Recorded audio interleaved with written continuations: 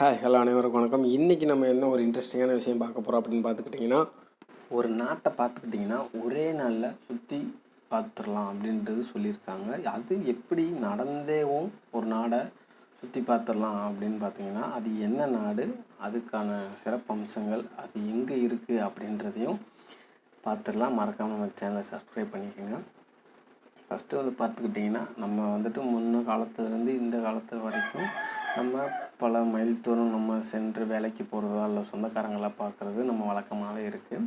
அதுக்கப்புறம் பார்த்துக்கிட்டிங்கன்னா, இப்போலாம் அதிகமாக வந்து பார்த்துக்கிட்டோன்னா நிறையா போக்குவரத்து வசதிகள் வந்துருச்சு. அதனால் எல்லா காலங்களும் மாறி விட்டுருது.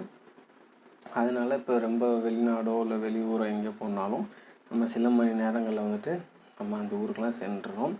அதுவும் பார்த்திங்கன்னா, ஆனால் ஒரு நாட்டை நம்ம நடந்தே சுற்றி பார்க்க முடியும் என்றால் உங்களால் நம்ப முடியுதா?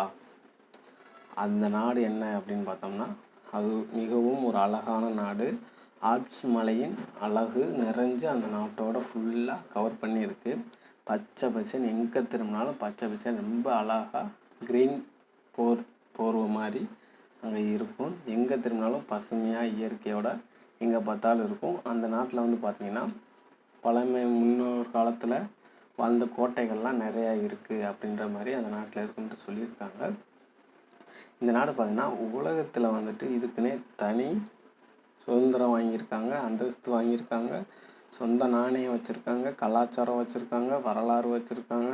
இந்த மாதிரி நிறைய சிறப்பம்சங்கள் கொண்டு இந்த நாடு வாழ்ந்துக்கிட்டு இருக்கு. இது உலகில் வந்துட்டு பார்த்திங்கன்னா 6வது மிகச்சிறிய நாடாக அறிவிக்கப்பட்டிருக்கு. இந்த நாட்டை வந்து ஒரே நாளில் நம்ம சுற்றி பார்த்துடலாம் அப்படின்ற மாதிரி நம்மளுக்கு சொல்லியிருக்காங்க. இந்த நாட்டோட பேர் அப்படின்னு என்னன்னு பார்த்தோம்னா லிச்டென்ஸ்டைன். அதாவது பார்த்தீங்கன்னா லிச்டென்ஸ்டைன் அப்படின்ற இந்த நாட்டோட பேர் வந்து லிச்டென்ஸ்டைன் தான் அந்த நாட்டோட பேர்.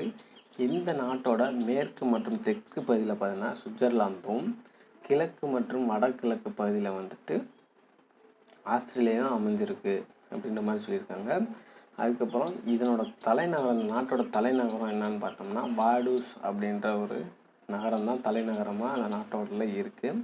இங்கே வந்து பார்த்திங்கன்னா என்ன மொழி பேசுகிறாங்க அப்படின்னு பார்த்தோம்னா ஜெர்மன் மொழியில் தான் இங்கே வந்துட்டு பேசுகிறாங்க. ஜெர்மன் மொழியில் என்ன பேசுகிறாங்களோ அதுதான் இங்கேயும் பேசுவாங்க. இது வந்து பார்த்திங்கன்னா ஐரோப்பிய கண்டத்தில் வந்துட்டு 4வது மிகச்சிறிய நாடாக அங்கே வந்து ஒரு சிறப்பு பெற்றிருக்கு.